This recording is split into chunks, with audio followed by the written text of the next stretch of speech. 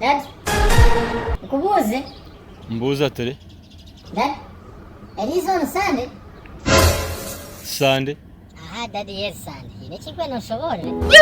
Wencha bishikininga bakazi. Nubu gwabo nko mukanisa. Nubu kuterwe cyago. Bakora ki? Iki kintu kitankishobora Dad.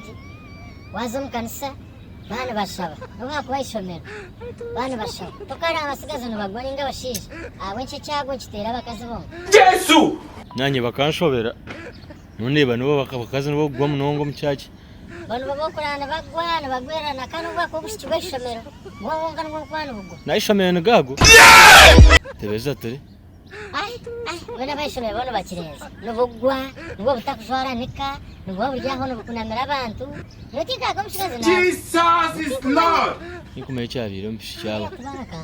Kunamira. Nibakora ki? Kandi bariya nebiya atanu bano batukunamira. Babajire busa. Rahanga. Oh no. Kama ambe narebera hinkugambe ntunoga kashomera headmaster hateri yesu. Toka tebeki nabwo nkiri shomero ya musha bintu byo kwanci ishomero ryo. Ati uze ngo nibiye byo nke bakora. Umwana atakushanga ngaho no ryaka kwata musani atakushabere. Ubara byaho bona nubunuka. Etiyo zengoro rwano uja kutombantu buzima no jyamu no tura nabantu. Shara mweno uja kubenyamisha. Ni no kuba nkoguna kago warba zogunaka. No bogo. Oriyo wabena ndakutwibirita. Ohashidad. Takumwishi kwawe nanda kwibogo mwanyo gwa kuri sero mukabungu. Dadi no gamba serva. Funka!